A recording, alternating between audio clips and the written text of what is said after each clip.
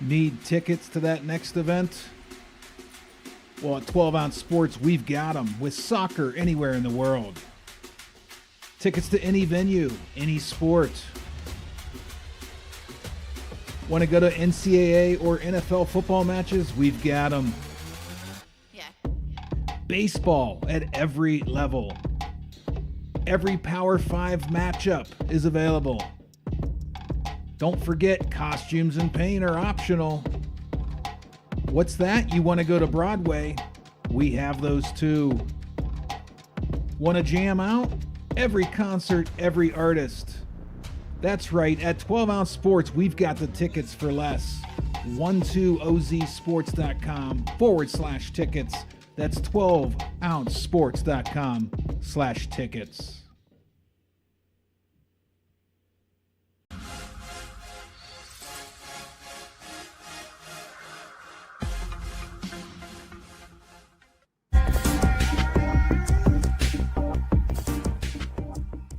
Welcome to MyBookie. You're ready to create an account and start making money, and we're here to help. And remember, you can get a bonus of up to $1,000 on your first deposit. Now you're ready to bet. Just go to mybookie.ag, visit the sportsbook, click on your bet, and input the amount you want to risk or win in the bet slip. Yes, it's that easy. Just remember, at MyBookie, you play, you win, you get paid.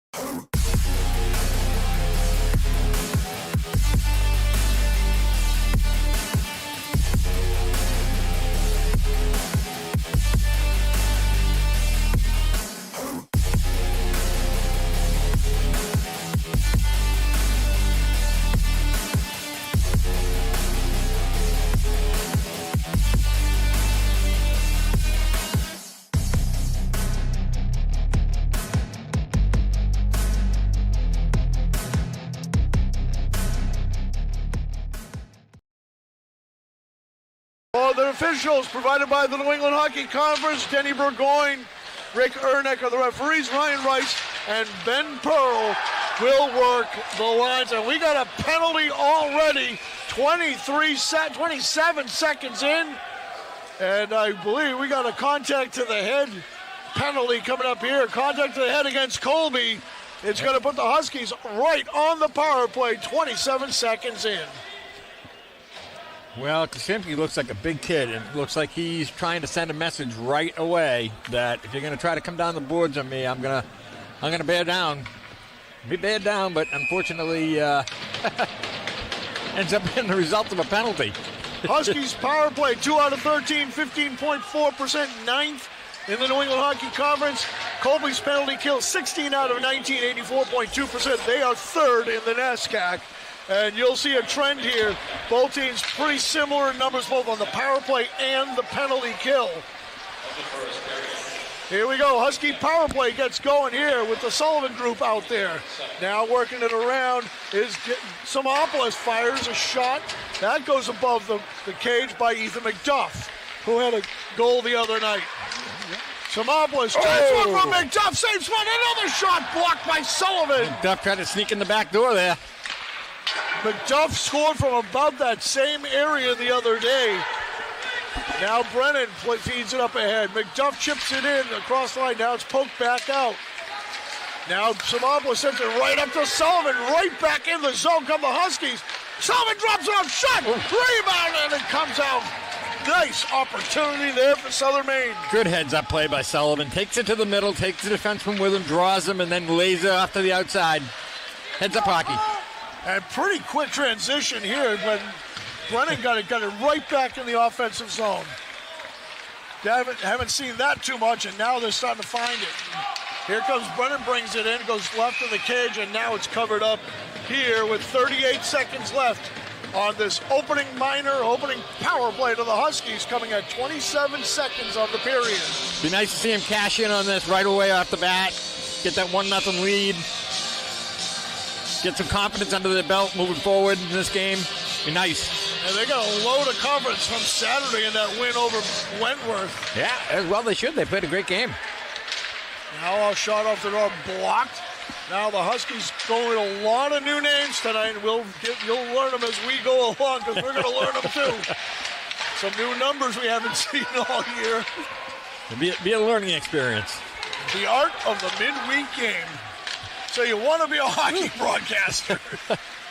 Tama, nice clear-out pass. He took it on himself and just cleared it up on the right side. Tomorrow he gets sprawled down, but he plays it. Oh, what a hit by Torgner. And that's going to draw a penalty towards, going to go to the box as he just absolutely pasted 21, Will Molson. Yeah, they call it an elbow. I just heard the ref downstairs say elbow. Could have been boarding. Could have been mauling. Could have been a lot of things, but they're calling it an elbow. He got into him clean. 2:24 will be the time of the penalty to Torgner. Hey, in fairness, Torgner saw the name Molson and he got excited. Yeah, exactly. Here come the Mules. Now they're on the power play for a minute 52. Their power play, 3 out of 21, 14.3%, 8th in the NESCAC.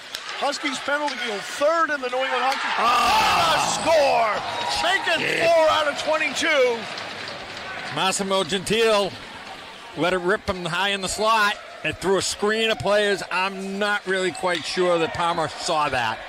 It looked like it went through a screen of players. So Colby draws first blood. Huskies penalty kill was 3rd. Coming in, 84.6%, 11 out of 13. It'll be 11 out of 14 after that one, and the Mules strike first, 1-0. Yeah, nice wrist shot. Up high, coming through a screen, made it.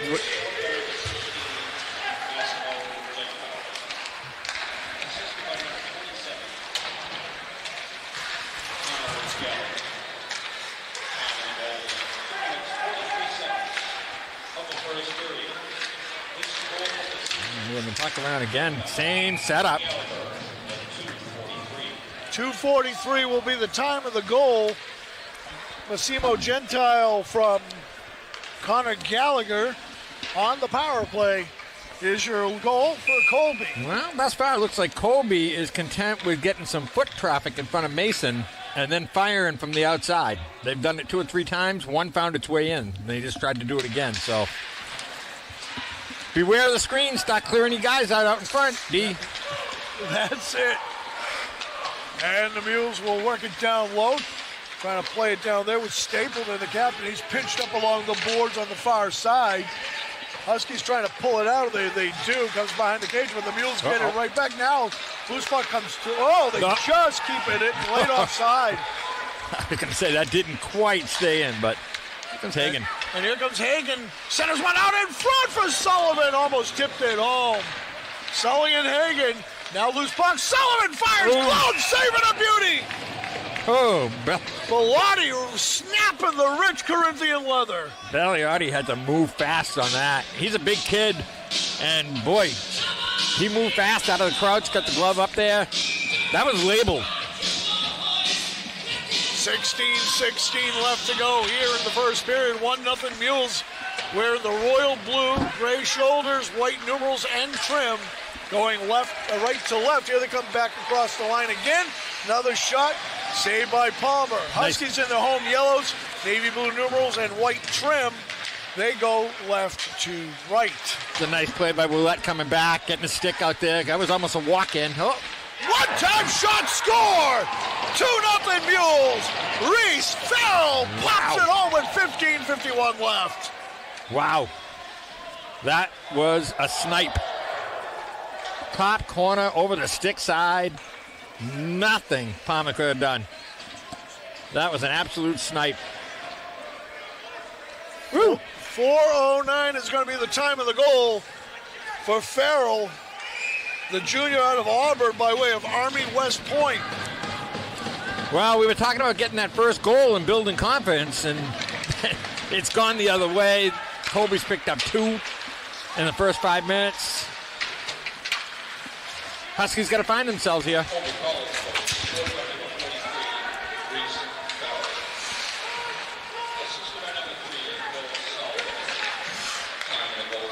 No, nice play up.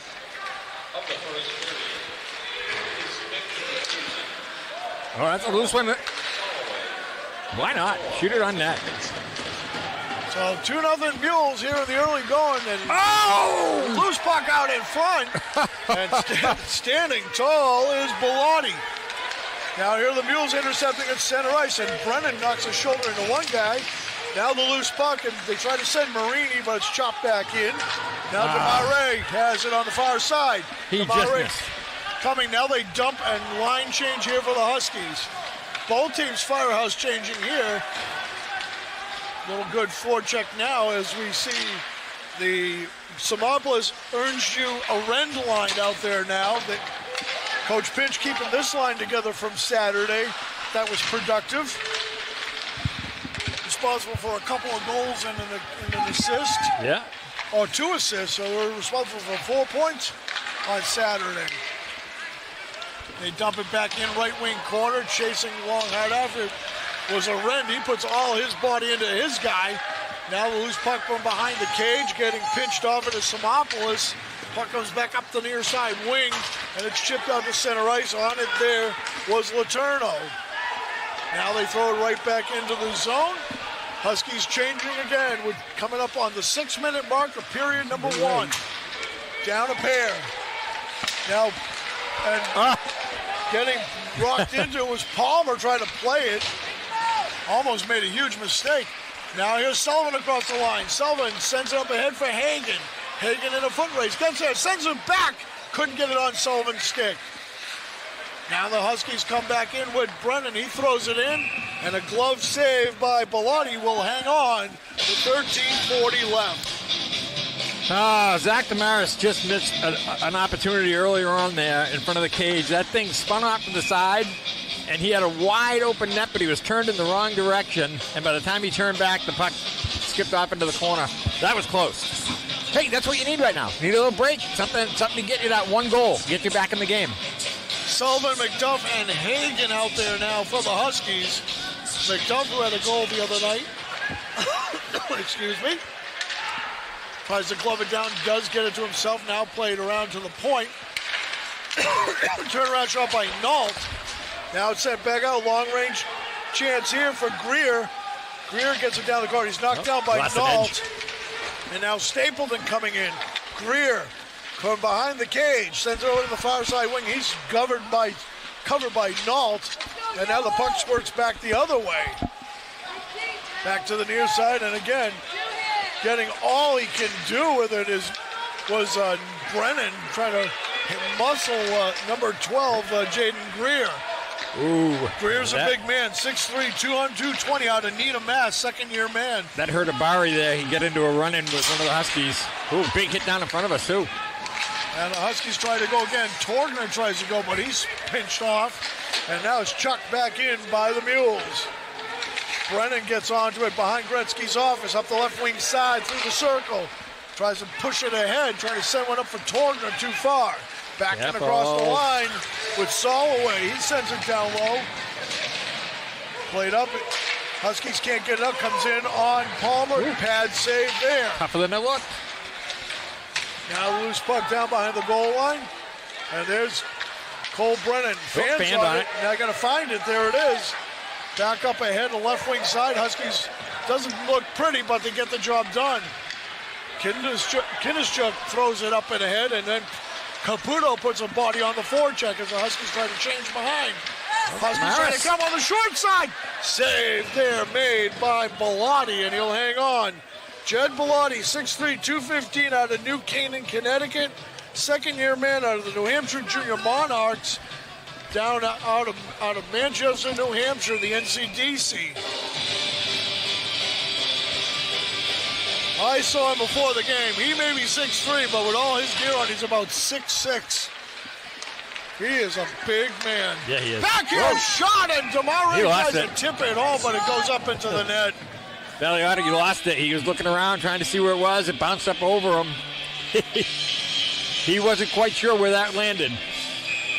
Yeah, it went off his back left shoulder. Huskies put Pappalardo on the draw. He wins it. One-time shot by Marini. And a save by Bellotti. Nice face-off win by the rookie Pappalardo. Yeah, he won it clean. Getting his first career start today in his NCAA debut. Well, you wonder if maybe that's why he's not in there. They've been struggling on those draws. They got a guy in there that can win faceoffs. That helps. That certainly does. Gets things rolling. Where the great number 8. Most previously worn by Brendan Dowler, who's having great success down south in the second year of his professional hockey career. Now it's played back behind the cage by Buzznow. Up along the ice, played by Palmer. Drops off for Letourneau. Back behind the cage, good forecheck by Colby. Backhand through traffic, blocked. Now the Huskies try to race out with it, and the Huskies come ahead. They dump it right wing corner, now giving chase is Earnsju. He's got a big frame. Coach would like to see him play a little more physical with that body. Couldn't get a turnaround shot there, but it's backhanded by Nault. Past Earnsju, but a big hit from behind the cage, and the puck squirts free to center ice. Mules come with it again, comes in on Palmer. Now he's going to hook it back and cover it up and take a draw with 10:27 left. Yeah, they're pinching those wings in a little deep, and that's going to give Colby the opportunity to gather up the puck and make those quick clearing passes up the boards because the wingers aren't there by the circle, so they're pinched in deep, which right now they need to be, actually. Stapleton in on the draw for Colby. He's going against McDuff. McDuff wins it. Now they backhand over to the far side, get up for Sullivan, who chops it ahead, but not out, kept in. No, delayed offside. Now they're in. Huskies turn around with Caden Eilert. Eilert up the right wing side through traffic. Comes across the middle. Tries a draw pass, can't get there. Trying to set up McDuff. And he's ridden off the play. Now the Mules and the Huskies steal it back. McDuff drops it off. Trying to get it back to McDuff. A little too congested on the one side. Yeah. Too many jerseys. Trying to feed it into Sullivan in the middle there, and Sullivan was cutting to the net, but they just couldn't get it to him. Now a little stick check. And Hagen will knock it back into the zone. Nice job on the back check there by Hagen. They were about ready to break it. He got a stick on it, put it back in the zone. Good shift by the Sully line. Sully, McDuff, and Hagen. Now it comes all the way down. This is going to be icing as Letourneau wins the foot race. And we'll bring it all the way back down to the other end with 9:29 left in the first period. Shots 8-4 in favor of the Huskies, 16-8 overall in favor of the Huskies.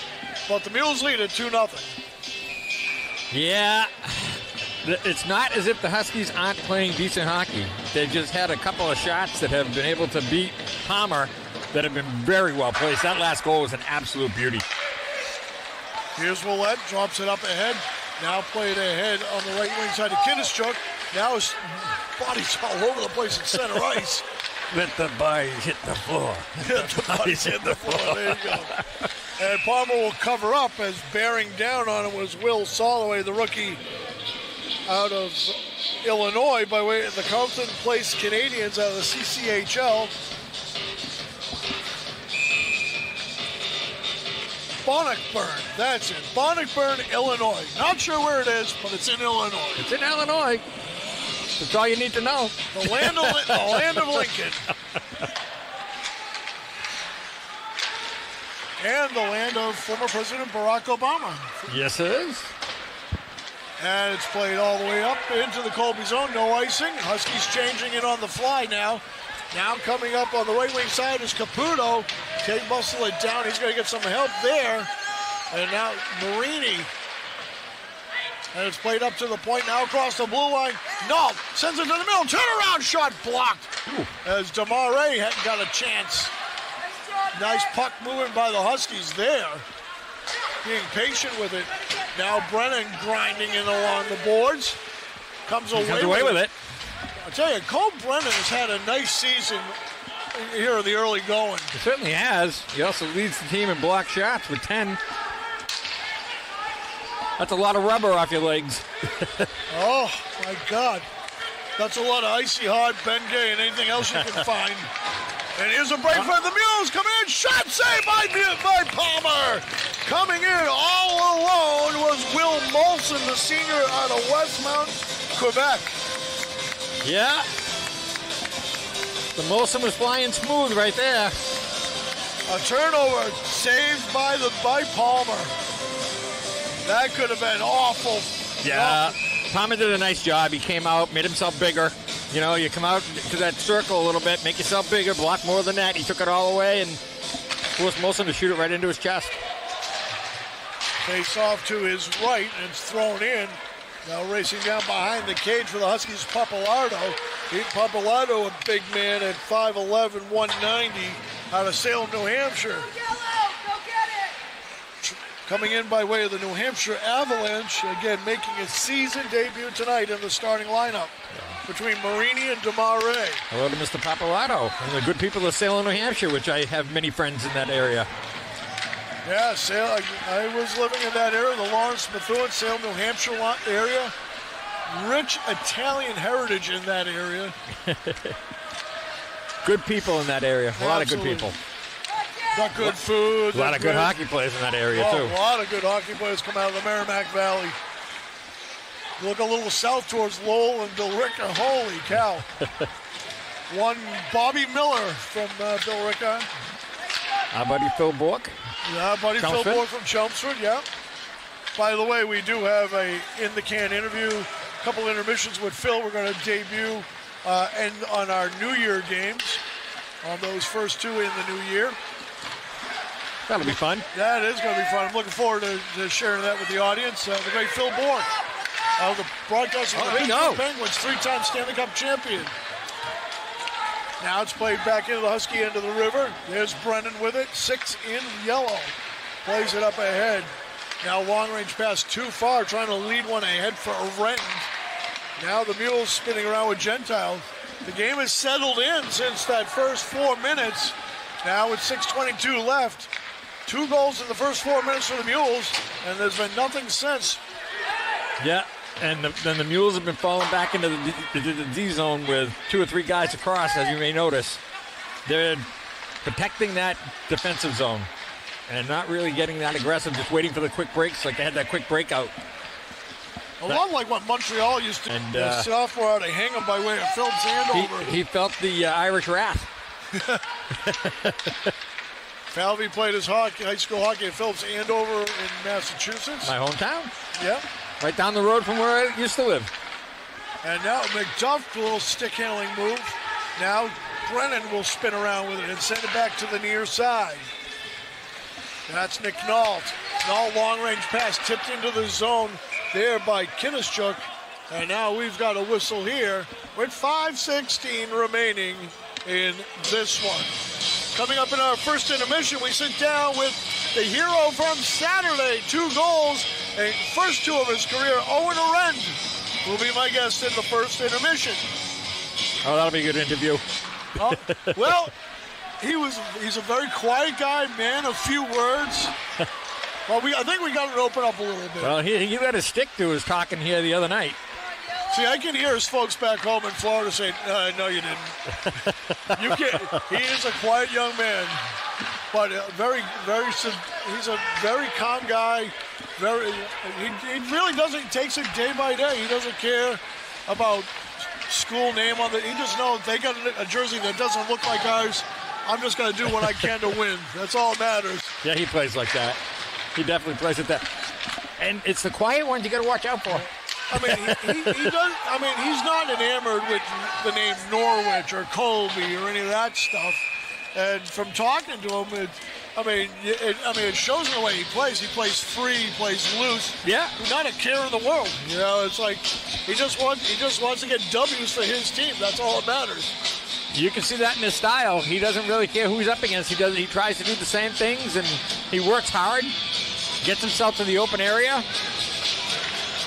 By way of the Islanders Hockey Club of the NCDC, Huskies trying to drive the net here with Papalardo played up along the boards. They crash in there. Sticks get up just a wee bit.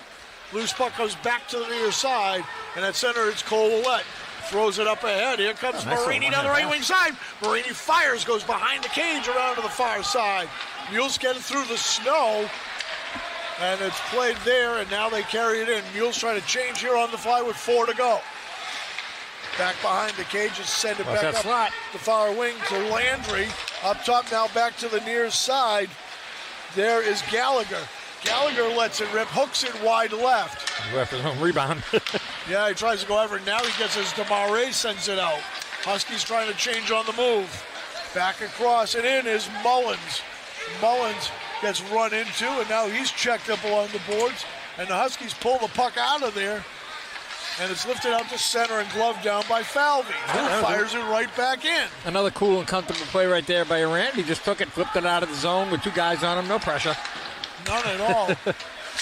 Aren with the big blonde locks flowing from behind the helmet. Hard not to find old Niner on the ice. I actually asked him, I said, what's the story behind number 9? He goes, they said whatever numbers were available. He said, I'll take that one. No, not a bad number. Johnny the Chief Busick with it. Mr. Hockey? Gordie Howe. Gordie Howe had that number 9. I think, didn't Makita have it too? I can't remember Makita was 21, I believe. 21, yeah. Yeah. But a lot of guys wore number 9. And by the way, speaking of Johnny Chief Busick, good to see Chief at the Centennial celebration at the Garden. Absolute legend, and good to see Chief and all the old Bruins. It was a great Phil show. Esposito and all the guys come back. And then you beat the Canadians 6-3 on top of it all, so it was a good day. That's it. Yeah, I remember watching Chief as a kid and the Big Bad Bruins with Bobby Orr and the gang. But nice to see there's so much talent there. Yeah. And I tell you, give credit, the Bruins did a really nice job in that opening ceremony, honoring the Centennial game. Yeah, they did. They really did. They did it. They did it right. They did it with a lot of class. They always do. Class organization. Mules across the line. Nice shot save. and save. Oh. And now we got a scramble on the boards. Nault is into it. Yeah. And this was all set up by a check along the near side boards. And Nalte gets into it with Gentile. And they're going to, no penalties out of that. Yeah, Nault he was off balance a little bit, and Gentle took took advantage of it and shoved him right in the back and landed right on top of him pretty hard. And Nault took exception, which he should have. Absolutely. Kind of power drove him into the ice. Face off to the right of Palmer. 2:23 remaining. Mules win the draw back. Shot blocked off the skate of McDuff. Comes out to center. Grabbed there by Ubari, who sends it back to the near side. Now they play it up to the middle. Intercepted by the Huskies. Thrown in by McDuff. Sullivan, McDuff, and Hagen out there now for the Huskies. Yeah. And who else? There's McDuff getting to the puck first. And getting banged around for his. Now the touchdown pass. Oh, they had Sullivan all alone. And that they no icing on that one, as it was played by Palmer trying to send away Sullivan. Palmer looking for an assist. He's had a couple of those so far. He had one earlier there, up the right side that he made a beautiful pass on. They've often said he plays like a third defenseman back there. Yeah. Very aggressive. And comes out and will play. Uh-oh. Now a 2-on down the other way. To the near side. Shot, score! Oh, that was too easy. Oh, beautiful feed. And he just snuck it by Palmer, and it's 3-0 Mules. Boy, they showed some speed on that. The puck came loose, and 2 mules jumped on it, and down they raced. Yeah. McDonald.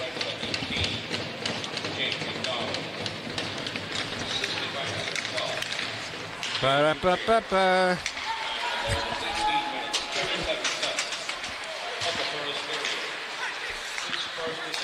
First of the year for McDonald at 18:37.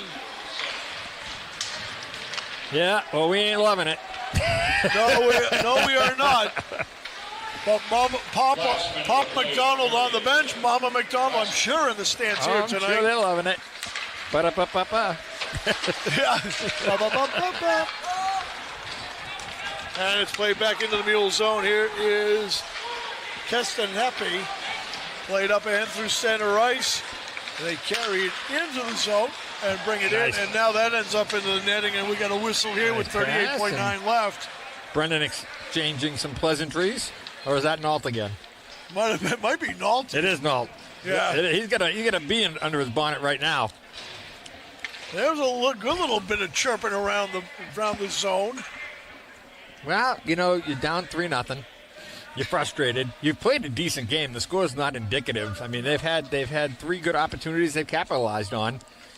Score's not indicative that you're getting blown out. And you get frustrated, and you start to chirp. That's it. And that's okay. Chirp is part of the game. Oh, I heard another hit behind the play as it chipped into center ice. As the Marini line's out there now. Played up ahead and into the zone, up off the dash and down behind the cage. Racing forward, back after, down there with Soloway. Now, nice spin move by Cole Brent with 15 to go. Lifted up, and they got to hurry if they're going to get a shot off here with 10 to go in the period. And it's played back into center ice, and the Mules not content with 5 seconds left. They take a shot, goes wide of the cage, and the final second will peel off, and a last chance effort out in front. The Mules played right to the last buzzer. And that was Jaden Mullins, the junior out of Oakland, Maine, by way of the Middlesex School. Yeah, they played right to the last second, right to the buzzer. No letting it go. Just keep hammering it, trying to get it on net. And the other number 9 I couldn't think of was Mike Modano. Mike Modano, one of the greatest Americans in international play for USA hockey. Yep. Well, 20 in the books here in Gorham. Our score after 1. It's Colby 3, Huskies nothing. Before tonight's game, I had a chance to sit down with the hero from Saturday, number 9, Owen Aren, the 5'11 freshman out of Palmetto, Florida. Here's my chat with Owen here on the Husky Intermission on SouthernMaineHuskies.com and the LEC Network. We're in our first intermission tonight's game with Colby and the Huskies, and with us, the hero of the game on Saturday in the win over Wentworth, getting not 1, but 2 goals, and they were his first 2 career goals in a Husky uniform from Palmetto, Florida, Owen Arenda. And Owen, first of all, number 9er, how you doing? I'm doing good. How are you? You must be feeling pretty good now after getting not only the first one, but getting the second one, and then having a hell of a weekend just to relax and get ready for this one tonight. Yeah, we're ready to go. It should be a good game. Be fun. What was it like going back to the bench after you scored the first one? Sometimes they'll give you the shrug, but they were like just jumping all over you. Yeah, a lot of energy. We needed to score to win the game, so it's a race to 4, and it was just nice to help us get there. Take us through the first one and what it was from your perspective on the ice and setting up that goal. Yeah, the puck came to me in the corner on the wing, and I made kind of a gritty play to just chip it out of the zone, so it worked out. Gav had a good forecheck, and then their guy just kind of coughed it up to me in the slot. And then were you surprised you were going to get the second one later on?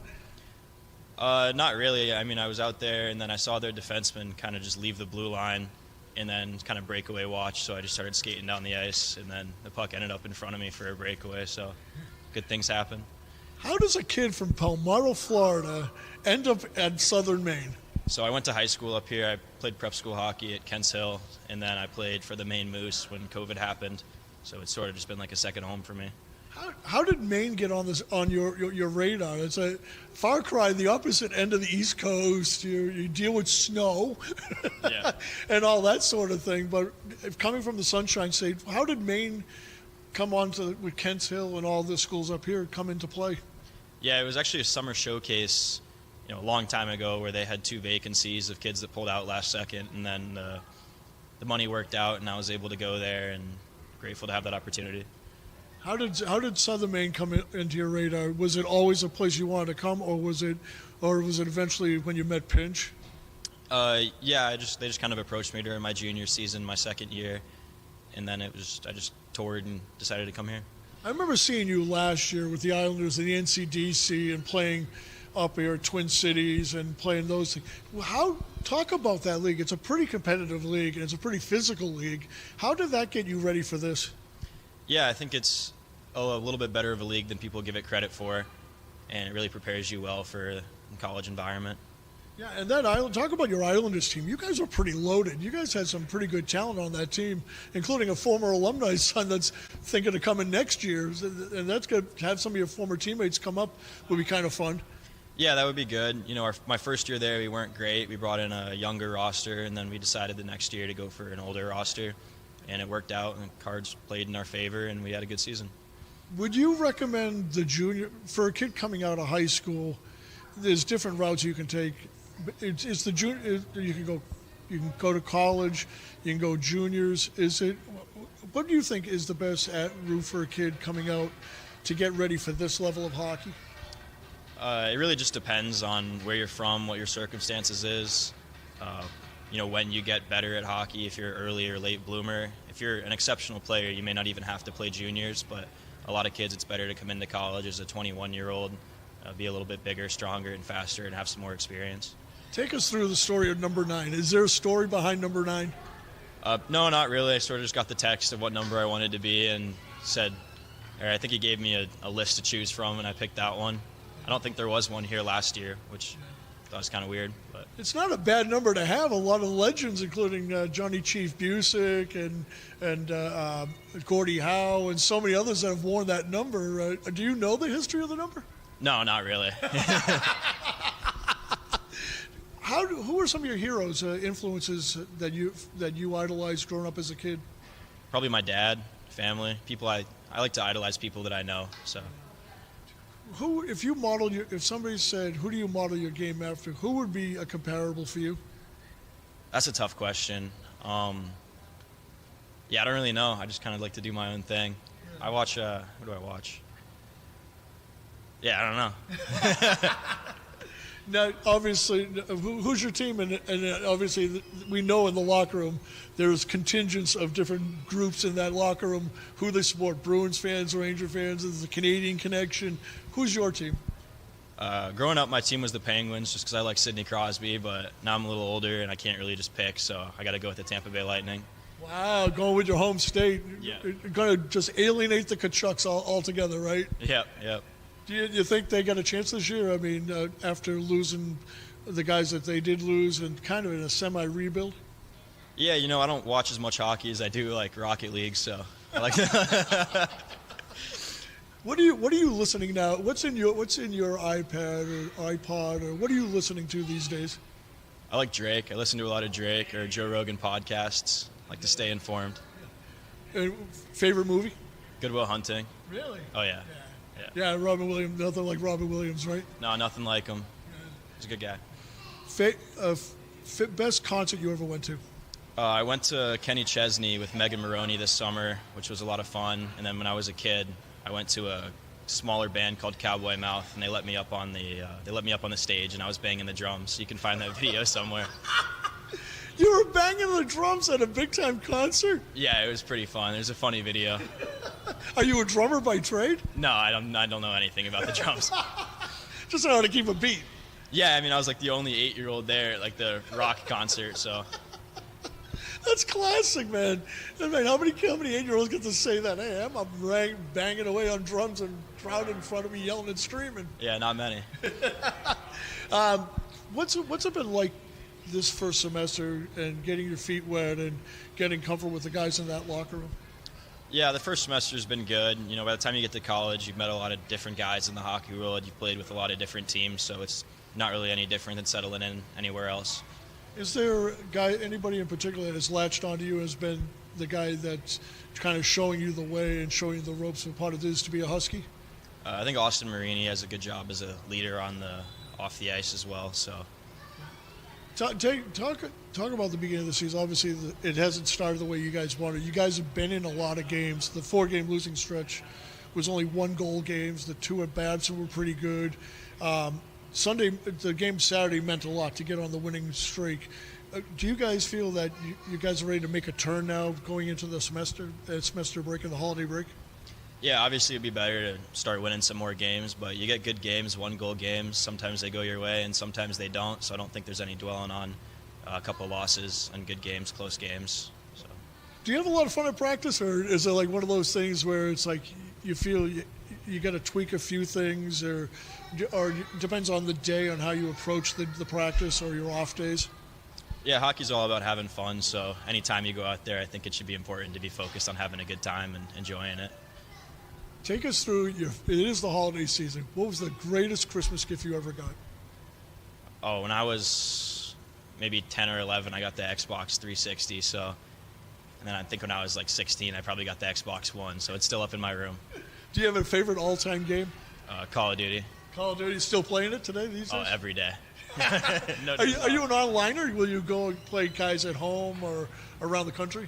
Oh, I play with my buddies from back in Florida, so we got a good group of guys that have been together for a while. Do you guys have as much smack talking online doing that as you do in hockey? Probably more. Yeah, I take it you enjoy that part of the game. Yeah, definitely. It's fun to get under people's skin. It's part of the game. Are you a chirper on the ice? It depends. Freshman year, I probably keep my mouth shut more than everyone else. But when you get a little older, you get a little more leeway. What's it like to play for Pinch?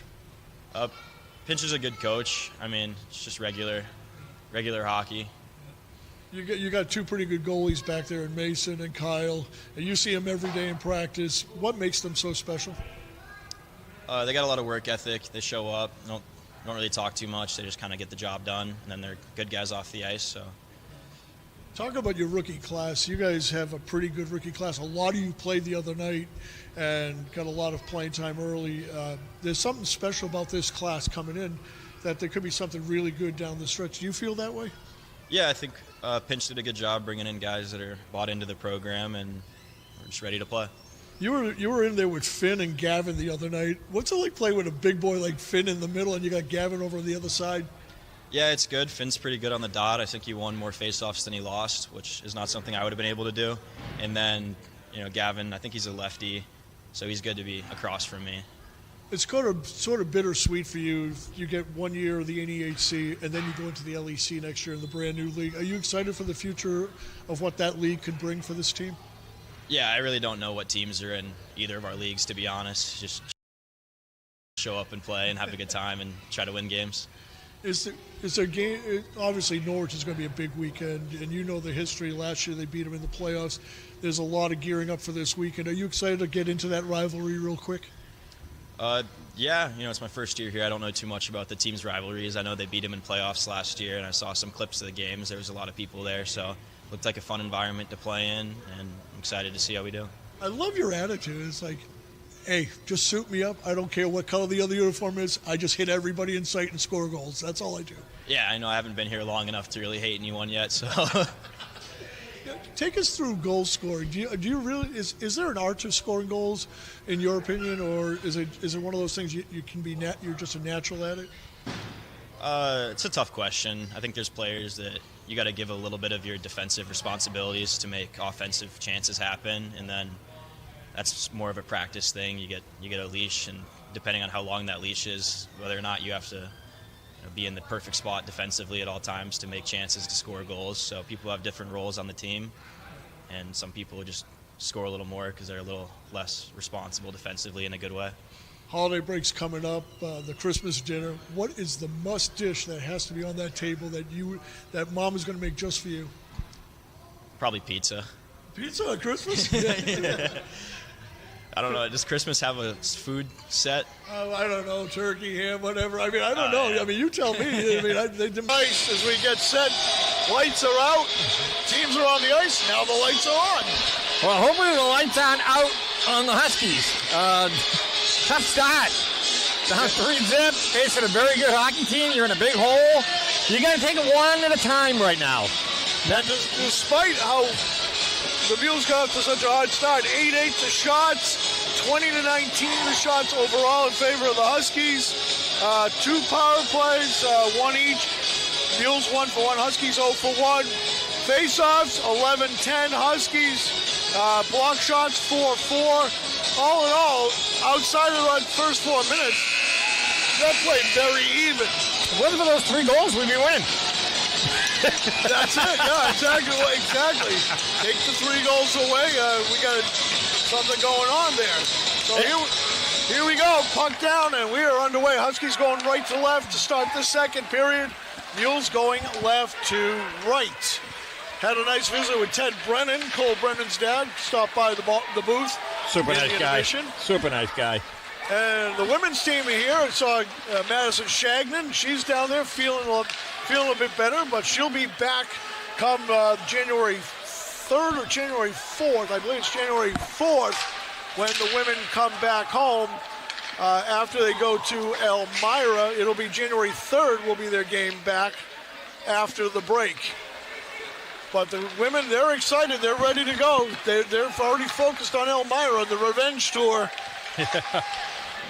Hoping to take care of some business in New York. Now the one-time shot saved by Palmer on the long-range shot by Falvey. And Falvey didn't get all of it, but he got enough. They're doing it again, cruising guys in front of the net, trying to get in front of Palmer and making havoc. Huskies going to have to stop boxing that out down low.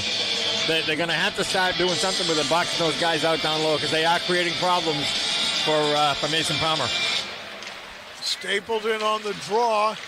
Wins it to the side as he pulled it away from McDuff. It ends up behind the cage. Now out-centering pass goes through the slot area. They're going to keep picking on that slot. Now a little backhander. Trying to do the little wraparound shot was Landry. Couldn't get home. Palmer held the post.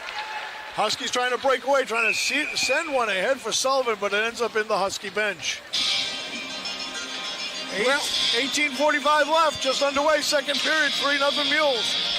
Like I said, you take 1 goal at a time here. Don't keep looking at the scoreboard. Don't think about it. Put it in your rearview mirror and know that you got to score goals. And you take it 1 at a time. 3-1 is a lot closer to 3-0, and 3-2 is even better. So just keep clawing back. Gentile wins the draw for the Mules. Played into the middle of the ice now. Ubari throws it in. It goes in behind the cage. Back there, down after it is Christ. Now long-range shot. That gets blocked and it goes up out of play. And we'll have a draw in the offensive zone to the right of Mason Palmer. As letting it rip from way downtown was Michael Benzow, the 6'4 freshman out of Evanston, Illinois. Play back to Benstow, fires. That gets blocked into the right wing corner. On it there for the Mules is Ubari. He takes the tour of Italy. Somebody lost a twig back down there. Now it's played back to the line and it's thrown back in along the boards. Huskies now going to chase after it and get to it first. Oh! Wow, gets spun around. He just lost an edge. Now the loose puck. Played over the far side. Hagen trying to chop it off the boards up for Sullivan, but it ends up in some snow already over there. Gloved down by the Huskies, and Huskies trying to start back out again. A little bleed pass for Sullivan, but he was 1-on-3. And it's thrown right back into the right of Palmer. Mules scoot around with center one out in front. Run off the play was Max Abeen, and now comes back to the Mule zone. And Keskentepe with it. Yeah, he's a big kid. Oh. He's the kid that had the first penalty of the night. Set the tone for all the hits that were happening earlier on. And Nob gets reacquainted with the 21 in blue. That's Will Molson up along the half boards. Now a wrist shot hit the post! And it stayed out. It stayed out. Yeah. And Palmer thanking the hockey gods for that one. Yeah, the goalie leprechaun jumped up and pushed it out. The hockey gods take it. The hockey gods put it away. That's a nice break. Something finally went right down low there for Palmer when they've been in there causing havoc, and that time you get the bounce off the post. Goalie's best friend. 9 saves for Palmer, 1 for the Hockey Gods. Play back up, and the Huskies chip it up in ahead. Here comes down to the left wing side. Finchu! Now Urzu grinding in with it. Now he chases, but he's pinched off there and going over after Samopoulos. Samopoulos pulls it out, sends it across ice. Long range shot for one. Nice! It might have got tipped out in front, and I think Willett may have tipped it. But the long range bomb from Letourneau, and the way they're reacting, it looks like Cole Willett, and it's now 3-1. Yeah, I think he just got the stick on it as it was going through. Tough to tell without a replay, but it certainly did look like he might have gotten the blade of the stick on it as it was going through. 3:19 will be the time of the goal. The Huskies get themselves back into this hockey game. There you go. With an early goal here. Now they got some confidence. And a couple of big checks by the Huskies in their own zone. We'll play back to the point glove down by Ubari. Goes down behind the cage. All important now that the Huskies can weather off the surge by the Mules and see if they can get another one. Back across the line, long range shot, no, rebound, loose rebound out in front, and they can't get it. It's cleared back to center. Huskies turned it up a notch here. You see a little jump in that snap. Now Damare chasing it in down into the behind the goal. It's pinched in along the half boards. Huskies, Damare tries to tip it towards net, bounces behind the cage. Now it's played back to the point, and it's pushed back down low by Schmidek. Now out to center, and a breakaway trying to send in Christ. Played all the way down. Chris runs his man into the boards, loses the twig and regains.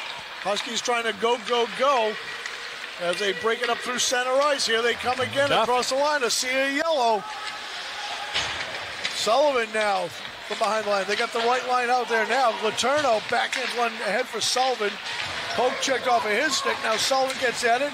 Throws it back down low for McDuff. McDuff runs into a sea of blue. Oh, yeah, he was sandwiched. Oh, Hagen now pinching in. Now McDuff coming in.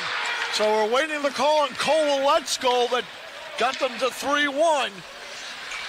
And we believe it's going to be Willett from Letourneau and maybe a second assist on it coming at 3:19, but nothing official yet. Now this play ruled offside, and a tripping call coming, and now Paul Driscoll can make the announcement. Goal scored by number 11, Cole Willett. Assisted by number 20, Gage Letourneau, and number 21, Gavin Samopoulos. Time of the goal, 3 minutes, 19 seconds. Yeah, Samopoulos did the work along the boards over there early on and fed it over. Willett from Letourneau and Samopoulos at 3:19. And 5:09 will be a time of the penalty to Colby. And the Huskies are going to go on the man advantage now, as going to the box is James Tepper. He's in there for a minor penalty. Now the Huskies have a really good chance to get back in this hockey game if they can cash in on this power play. Yeah, get that momentum. Keep that momentum going. You know, it's funny, you go from a hit post that could have made it 4-0 to a tipped shot that makes it 3-1. Exactly, and maybe 3-2 if the Huskies can cash in here. Back comes McDuff across the line. It's kept in at the... Oh. So the tripping minor being announced now to the crowd for 5:09. And the Huskies can't get anything going on this power play. Now they play it through the labels. Sullivan across the line. Tries to toe drag it across. Almost did. Now grinding along the boards. A minute gone on this power play. Huskies have yet a shot to show. Now here's Brennan. Cole Brennan puts on the brakes, lets him fly right by, and winds up between the dots. Yeah, take your time, smart. Reset, regroup. Kid's a smart hockey player. Now he comes with speed, sends it around the boards for Tordner. Gordner now chips it down low to Mare. DeMare running in there. The Huskies get it back. Now they can finally set up the perimeter. Eilon sends it ahead for Willett. He healed it. Cole tried to lock and load, but healed it. Now it's played up for Willett. Willett, the fifth-year man out of Lewiston, tries to send one up ahead for Kinnischuk. 15 to go on the power play to the Huskies. Second one of the evening. Now backhanded and thrown up and down the river on Palmer. 5 to go. Now Palmer takes a peek and drops it off. He had eyes of taking a shot. Oh no, he was looking at the far side. Somebody had just jumped on. He thought he had a guy open, but penalty is over. Huskies get maybe a shot on goal in that power play, but not much more than that. Yeah, not an overly impressive power play, but credit to Colby. Good job of sealing it off. Huskies starting to really feel it now to taking it to the Mules at this point. Nault, who's been in the middle of it for a while, he's had his share of the Colby Mules tonight. And they play it up as getting hooked around over there on the far side was Caden Eilon, and now it's lifted back into the Colby zone. It gets by Torgner, now played up. Here's a break for the Mules. Left, right, saved by Palmer as he robs Donovan O'Neill coming in. Put that pad down, flush to the ice, gave him nothing. And now Letourneau loses the puck, now gets it back, and he's forechecked on and backhands it to the near side of Nick Nault. Nault sets up behind the cage and waits for everybody to rotate back. Yep. Drops it off here, leaves it up for Papalardo. Up the left wing side, trying to send it in. His Owen Arendi does. It comes to the side of the Mules cage. They can't get it in. Mules break the other way. As they bring it up ahead into the zone was McDonald, 18. Now the Huskies skate back the other direction. Here's Marini, drops it back, trying to set up Papalardo, but a good back check. Now Letourneau does a little shot pass. Got a 2-on-1 here. Now get back. Coming in over the ice. What a play by Papalardo, coming nice back job. And sprawled out. That is coast-to-coast hockey. That sure is. It's playing both ways. And a shot gets blocked. They needed somebody to get back there and help, and he came from all the way down in East Buxton, Maine. Yeah. And made his way back to Gorman about 2 seconds flat. He's going to go take a puff right now, though. Well-deserved. Ooh. Shot behind the cage. Oh, boy, that was a good block by Willett, because that looked like it was going far side until he blocked it. Schmidt put the laser beam on. Now it's played down behind the cage. They go back down after it as Gentile. Comes back to the near side. Huskies try to break it out. Shot blocked by the Huskies. They've done a lot of that this year. Now here's Hagen in stride. Hagen comes in. He wrist shot. Stick to side by Bellotti. All right, keep putting it on net. Ubari jammed up against the boards by Hagen. McDuff coming to pinch in as a union meeting takes place. Comes down to Sullivan. Turns and gets the wrist shot, but blocked. That little bit of turning caused the defender to get back in. Now backhanded out. Good stick down by McDuff.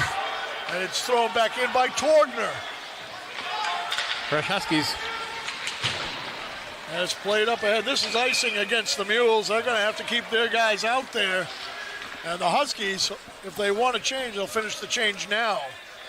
9:32 left. Huskies trailing the Mules 3-1. Hagen had a nice shift on that last go around. Had a steal, had a nice pass, had a block. A little bit of everything. Puck down, won by the Mules. Nault tries to block it back in his own. Nault gets at it and chucks it back in. Good work there by Nick Nault, 5 in yellow. Now the Mules started back with a beam. Now taken away by the Huskies. And now we've got a penalty coming up here from behind. And now he's sending. I think he's going to call Nault. Yeah, they got Nault for contact to the head. Yeah,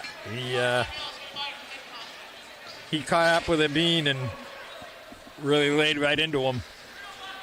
Ref was watching it the whole way, too. I think he's aware that Nolte's had a little beard in his bonnet this last period or two, which rightfully so. He was really cheap-shotted earlier on down on the ice without a call. 10:45 will be the time of the penalty on Nault for contact to the head. Yeah. Mules go back on the power play. They're second. Nault will sit in the sin bin. Now the Huskies penalty kill needs to come up with a big one here. Do what they've been doing all year long. On the last power play, the Mules struck quick. Huskies would like to deny that. Centering pass, blocked on the run, shot. Nice save by Curry. Nice save. Multiple loose puck out in the high slot area, and the Mules regain. Palmer Center came up top big. of the wing circle, coming in and trying to getting spun around was Farrell. Back behind that, now out in front, blocked, and now cleared by Southern Maine. Hagen always seems to be in the right place tonight. Here he was again. Gets it, bangs it out of the zone. Bellotti touches it up, leaves it back there from Mullins. Mullins starts up, now he'll drop it back for the trailer. They send it over to the wing side, back to the middle. Now Mullins gets it on the near side wing, throws it down low. On it there is Soloway. Huskies getting onto it there. They push it to the corner, but not out. Kept in by Gallagher. Now the right wing side. On it there was Christ. Gallagher, top of the wing circle, shot! And that's blocked. And it's on a whistle dead here with 42 left as the puck goes out of play with 7:56 left. 42 on the power play. That had some hot sauce on it. That was moving. Got deflected out. Nault's looking at the clock, say, hey, come on, boys, 42 seconds. Bail your captain out here. Come on. So a couple of changes for the Huskies here on this penalty kill unit. And Ernstju takes his big frame to the boards, chasing the puck off the draw, forcing everything to the outside here. 30 seconds left on this power play. Soloway sends it up top of there. Oh, that's a break. Oh, that's a Bill Buckner right there. Oh, too soon? Wow. Gallagher looked like a penalty against Colby. Mules are going to go on the power play. Huskies are going to get the power play. Ernstju drawing a tripping minor. Oh, yeah. Got the leg right out on him. Put him up and over the leg. They're going to call that all day long. But boy, what a muff that was that they had the play in the zone and a missed pass at the point. It just went right on through. 12:33 will be the time of the penalty to number 16, Massimo Gentile from Montreal, 5'9", 165-pound freshman. So 12 seconds of 4-on-4, and the Huskies will go to their third power play. Justice is served. He was the same guy that was... Shot! Oh, what a block! He was the guy that was pounding Nault in the back on the ice before, so... Nault gets a skate free, and Gentile has to sit in the sin bin a little while longer. Huskies burn a little time. Now they get the power play. Long-range shot, just whistling wide. Sullivan trying to get onto it. He does. Sully brings it back. Drops it to the slot area, back up top. Now it says the right wing side. They tried it for the one time and couldn't get it. The upman with very long stick. I'm like, wow, the length of the sticks of the guys up front. Bobby Landry, nice 19 in blue for the Mules. He has got a super long stick that Zdeno Chara would cherish. You see the size of that thing? Holy cow. That's a phone pole. That's a phone pole right there. That's it. Marini. Central Maine Power would love to have one of them. Now played up by now to Marini. Sullivan. He fires a shot wide. And now pitching it was Brennan, and now it's lift down the pond. Now here comes Palmer sets it up for Marini. Marini coming in. They say offside. Oh my goodness, Marini and McDuff were in all alone. Yeah, I think McDuff might have gotten in just a hair too soon. Oh, they were about to have a little bit of fun. 27 and 77. Yes, they were. Oh my goodness. And the heads-up play of Mason Palmer to catch that one. Well, I got to be honest with you. They are playing much better hockey right now than they were in the first period. No question about it. And at the right time, too, with the man taking advantage of the power play. Yeah. Here come the Huskies again. And it's played up, and now back down, and a race, but Palmer is back there. He's teasing the mule to come at him, and he thinks better of it as he spun around.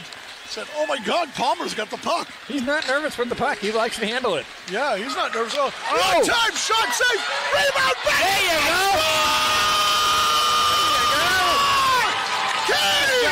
Kenny's jug makes it 3-2 on the power play. KK on the PP. That was good puck movement. Again, making the goalie move like they were doing to Mason earlier. And now they've given an opportunity here. Like I said, you're down 3-0. Now you're 3-1, 3-2. Now you got a one-goal game. You're right back in this thing. Kane Kinnischuk, the sophomore out of Calgary, Alberta, his first career goal. His third career point, and it comes at a big spot for the Huskies. Sure does. Look at that Huskies bench. All the players are standing. They're pumped right now. You think they got a little giddy up in their step now? Well, And there's a cover up there by Bellotti, and a little shove afterwards. But a huge goal on the power play for the Huskies. that's what, Cade Kinnischuk, the pride of Calgary, Alberta. tied 15 shots apiece. I mean, this, as I said, when the score was 3-0, not indicative of how this game's gone. It's been close all through. And a shot off the draw. And I think Bellotti got a piece. And the Huskies certainly feeling it now, willing to take shots at will. Now 2-on-1 the other way for the Mules, but the Huskies give it. Oh, what? And that one gets in despite not getting back. And the Mules come right back, and it's 4-2. Wow. Did he make that shot from his knees? Yeah. That was Tyler Christ. That was a heck of a shot. First of all, great effort to try to block the pass. But it goes through, and now you're a forward, and you're in a downward position, and you've got to pick that puck up coming through the defenseman, and then you bury it top shelf. Yeah. That's a hell of a goal.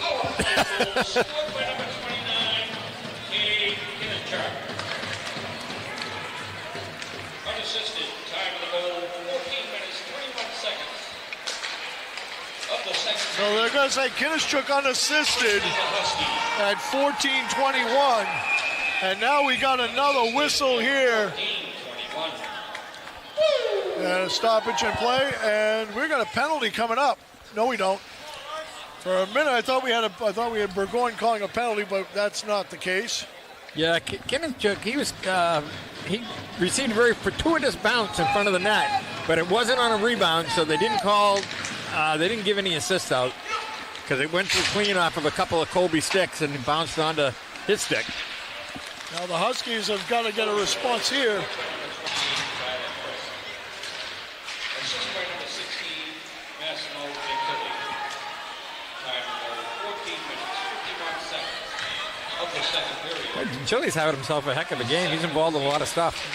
So 30 seconds after the Huskies score, the Mules make it a 2-goal lead. It's okay. It's all right. Christ from Gentile will be the goal. And now the Huskies must have something here in this last 4. They've picked up 2 in the period. They're winning the period, but they'd like to dominate the period here. And wow, Marini really locked it, and he's tied up for a little while back here with Keskin-Tepe. A nice block. And now the Huskies trying to go Sullivan. one ahead for Sullivan. Around his man, he was in traffic. Tried the old tumbling muffin, hoping it bounces the right way. Those work. Now, trying to go Sullivan again, but intercepted by Ubari. Otherwise, Sullivan was in all alone. Surprised no whistle with that up on the apron like that. But That play has been there quite a few times, and eventually the Huskies got to be able to spring that play. They have tried it a bunch of times. We saw it a bit on Saturday. yeah. And you know, it's worth the shot if you got a guy with speed like Sullivan breaking the middle and you can get that puck up enough, you never know how it's going to hit when it comes down, and it could roll any different direction. So you got a 50-50 shot, and sometimes you got the right guy. 10 is the right guy, one of the right guys to get it to. Absolutely. Either him or McDuff. If 23's out there, he's another one. Yeah. You wouldn't mind having it on his stick. If you're going to spring a speed demon up the other way. So here come the Huskies. Now shot from long range and gloved down by Bellotti. And now a little pushing and shoving out in front. The quiet guy. A Ren getting into it. Not being so quiet right now. No, he's getting into it. Buzz now. I'm wondering.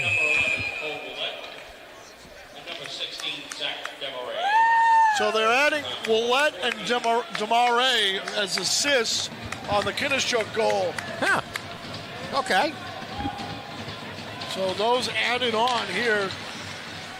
I thought maybe it did not hit a Colby stick, and that's why when they went back and looked at it, it looked like it might have hit a Colby stick and ended up on his, but it may not have.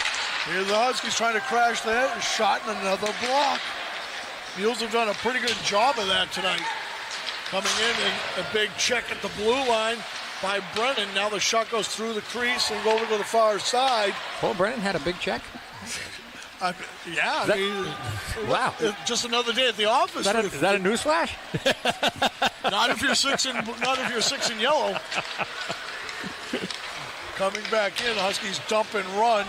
As Samopoulos sends it in, Huskies get new bodies across the board. Checking it might not have been. That might have been Owen Aren that put it because Brennan just came out on the ice, so it had to be Aren. Now here's Sullivan trying to go. Sullivan trying to push it around his man. Can't get it going. Now the puck comes back near side. On it there is McDuff. Sends it to the middle. Now lifted up ahead. Blocked down at the Colby blue line. Sullivan gets knocked to his butt at the Colby blue line as well.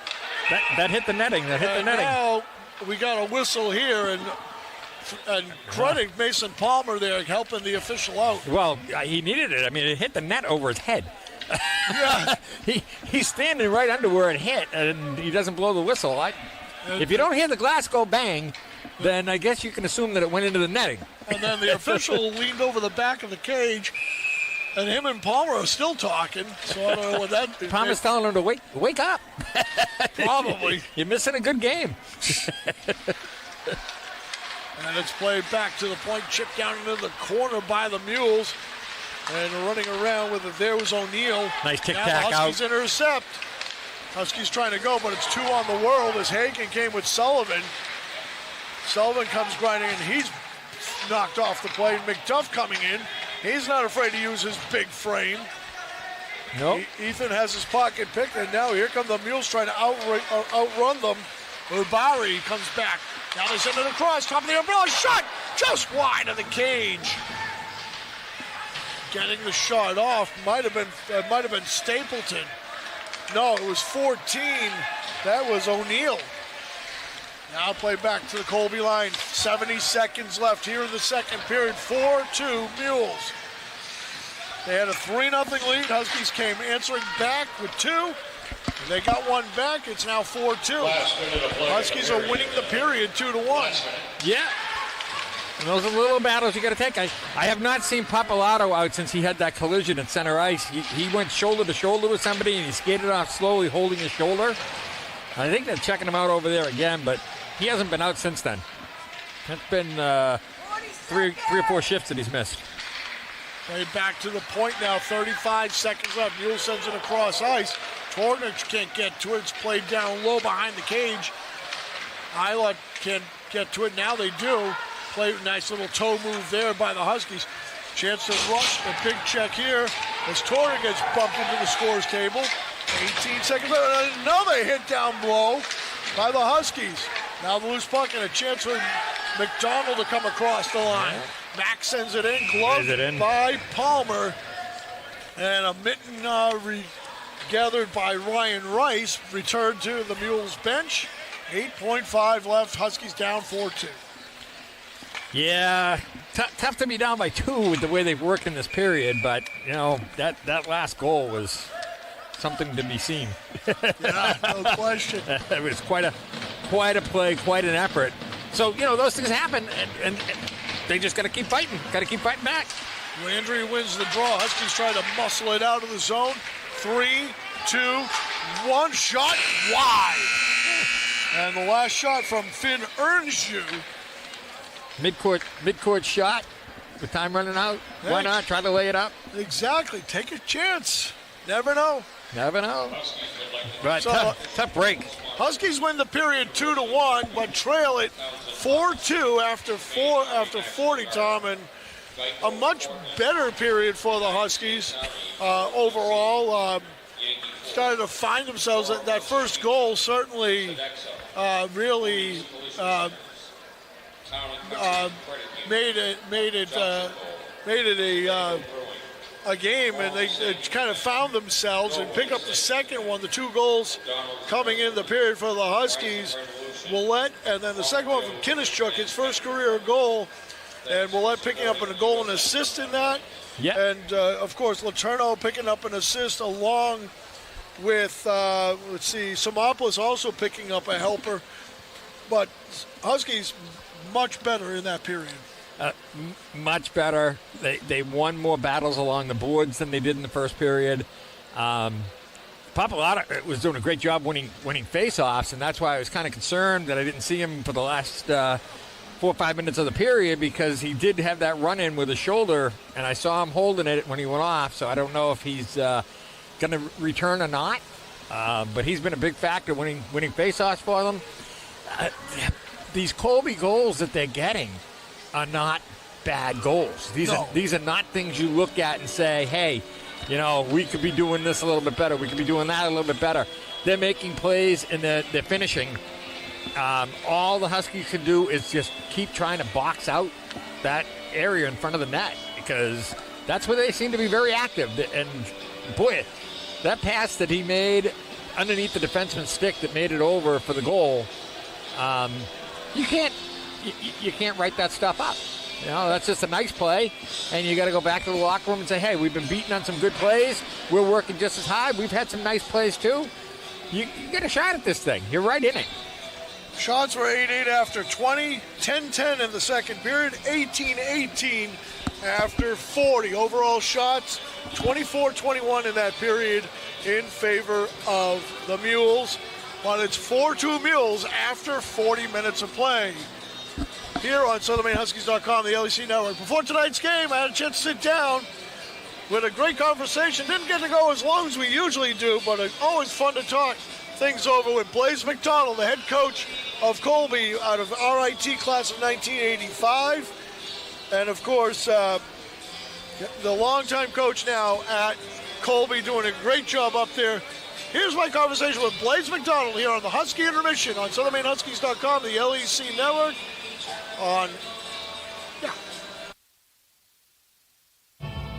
We're in our second intermission of tonight's game with Colby and Southern Maine, and it's always fun to have this guy in the building, a legend here in Maine hockey. He's been at Colby for a good number of years, more than I can imagine. Architect behind the new facility up there, and very proud of it. The one and only Blaise McDonald. Blaise, good to see you again. Yeah, hockey on Tuesday night in Maine. Nothing's better. Nothing like taking a 2.5-hour drive down, a little stop on the way, get your lobster order, bring it back home.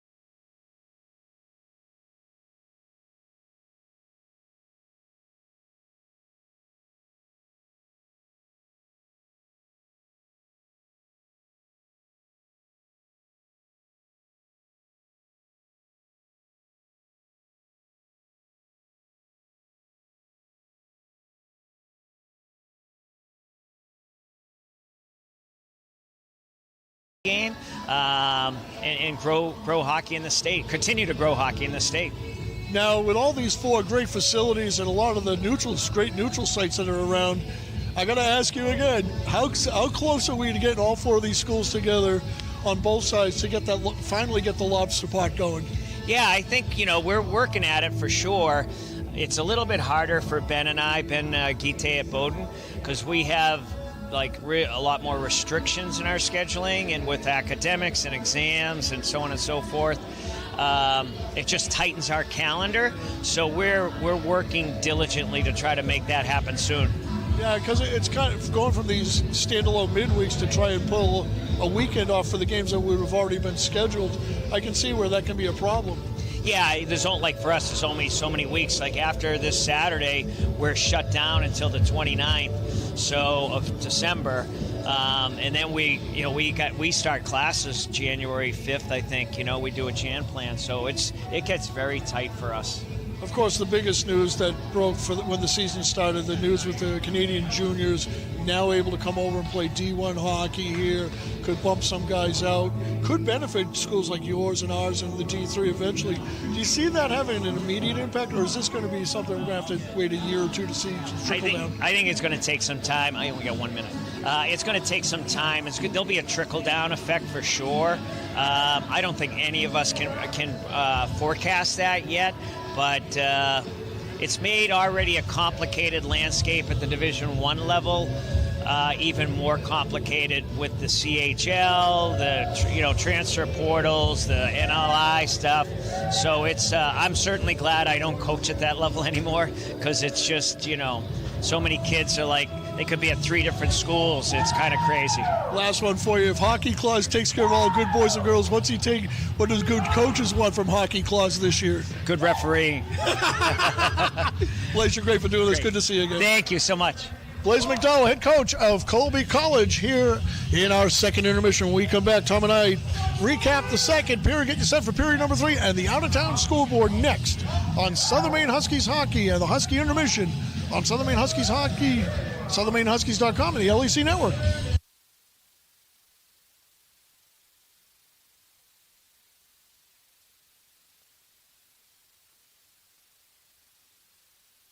And welcome back here to the Husky Intermission.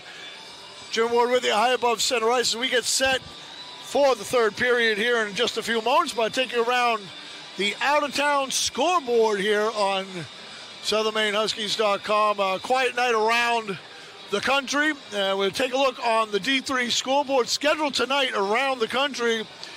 St. Mike's was hosting Castleton. They beat Castleton today 2-1 up in Vermont. Number 9 Trinity beat blanked New England College at the Keppel Community Sports Center. And that now let's check that. It's 3-0 after 2. The only other game going on tonight, number 15 Endicott at the Ray Bork Arena in Beverly, taking on Connecticut College. And, of course, our game here in Gorham. Women's side, again, another quiet night on the midweek scene. In the CCC, or the CNE now, Nichols beat Johnson & Wales 3-1 at the Lynch Arena. In non-conference, Bowdoin blanking Keene State 8-0 midway through the third period. Connecticut College 1-0 over Solvay midway through the second. UNE is at Colby up at the Kelly Rink in Waterville tonight. Castleton is at Williams. And number 11 Elmira falls to Potsdam at the Maxey Hall Center 2-1. And Elmira will be taking on, they're number 11 in the country, they'll be taking on the Huskies this coming weekend. That'll be on Friday and Saturday. Friday at 6, Saturday at 7 will be the women. Men will be here on Friday and Saturday at 7 o'clock and 4 o'clock, respectively, for Norwich. Elsewhere in the Hockey East, men will be off until tomorrow when Boston College hosts UConn at the Connie Forum. That'll be Kelly Rink at the Connie Forum at 7 o'clock Eastern. That'll be the second half of a doubleheader. The women will take on Providence at 11 a.m. at the Kelly Rink that'll be on ESPN Plus. Providence and BC in women's hockey. At the Whittemore tomorrow evening at 6 o'clock, the Lady Wildcats of UNH will take on Northeastern at the Whittemore. That's a 6 o'clock face-off. That will also be on ESPN Plus and TSN Plus as well. National Hockey League tonight, 10 games in the National Hockey League. In the second period, the Bruins and the Red Wings at the Garden, and the Bruins even at 1 apiece. Lucas Raymond and Nikita Zadorov the goals in that one. Nate McKinnon has a goal for the Avalanche, but the Sabres have 4.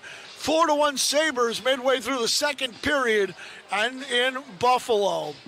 Canadians lead at 1-0 with 5:51 left in the second period as they lead the Islanders in Montreal. Patrick Laine, his first of the season for the Canadians. Panthers and Penguins in Pittsburgh. Chris Letang is fourth of the season. Matthew Tkachuk his only goal for the Panthers, and it's 3-1 Penguins in the second period with 12:55 left.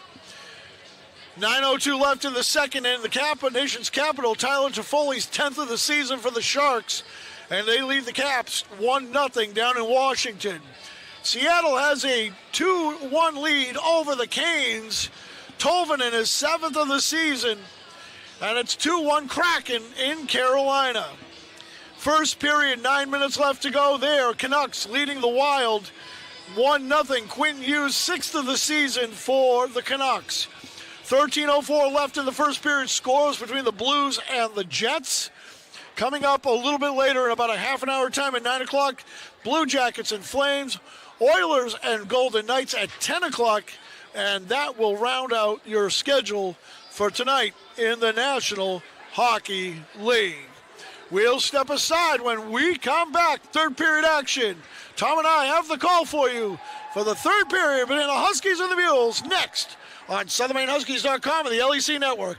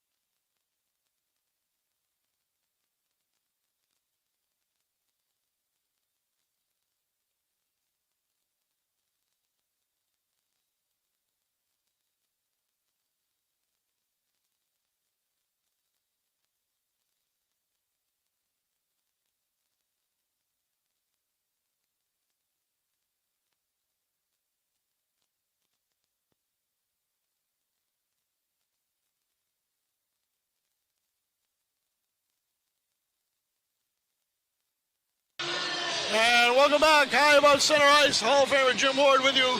Tom Caruso alongside as we get set for period number 3. Huskies and the Mules. Mules leading at 4-2. Here as we get set to go. Huskies will go left to right to start this third period. Mules will go right to left in their royal blue, white numerals, and gray trim. Huskies in the home yellows, navy numerals trim, and white trim as well. Navy domes and pants going left to right. Matt Pincheski manning the bench of the Huskies. The legend, Blaze McDonald, manning the bench for the Mules across to our right. Well, we got a little work to do.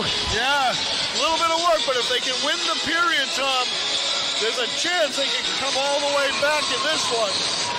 And they got to feel pretty confident that they have the ability to do it since they had a pretty good second period. Yeah, they showed that they can do it. They showed they can skate with these guys. And a shot off the draw and a save by Bellotti. There you go, right away. Good movement down in their zone. New Canaan, Connecticut. You go through New Canaan when you go across into Connecticut on the Mass Turnpike. One of the first exit in Connecticut. Last exit in Massachusetts. Well, New Canaan has been new for a long time. I want to know what it's like in Old Canaan.